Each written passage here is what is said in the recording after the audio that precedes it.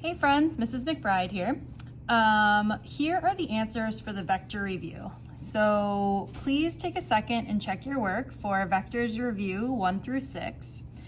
And if you got the answers right, go ahead and stop watching this video. If you got one of these questions wrong, I'm going to go through the answers for each one individually in just a second. Okay, so for number 1, the correct answer is D. The dot product is a scalar. Remember that it's going to be just a number when you dot two things together, so that means it is a scalar, not a vector, and is 0 if the two vectors are perpendicular, because remember, if we have I dot j or anything except for the same things dotted together, you get 0, right? So D is correct here.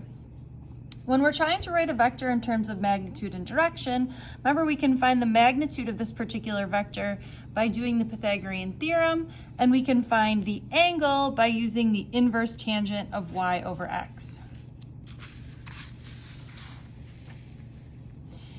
For number 3, the correct answer is E. When you're looking for A minus B, I started by writing A, and then I made sure to work the negative through each individual term. And when I did this, I got the vector negative 2i plus 3j minus 4k, which it turns out is none of the above choices.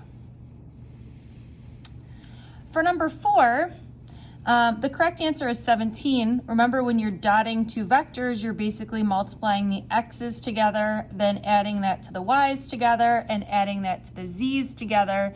So when you do all of your work here, you should get 17. For number 5, remember when we're crossing two vectors, the first thing we're going to do is sort of FOIL or factor out each individual term.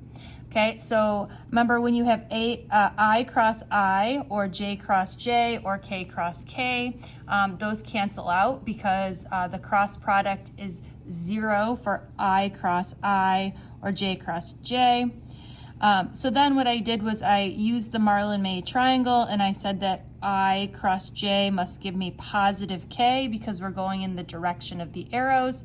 And when I did J cross I got negative K because I was going in the opposite direction of those arrows. Okay, so negative K times negative 8 gave me positive 8K, or a total of 20K. And last but not least here, when I'm trying to find the value of this, first of all, I did the thing in the parentheses first. So I cross J, according to the Marlin-May triangle, is K. If I have a vector dotted with its same thing, you would get 1. Okay, if I had K dotted with negative K, I might have gotten negative 1.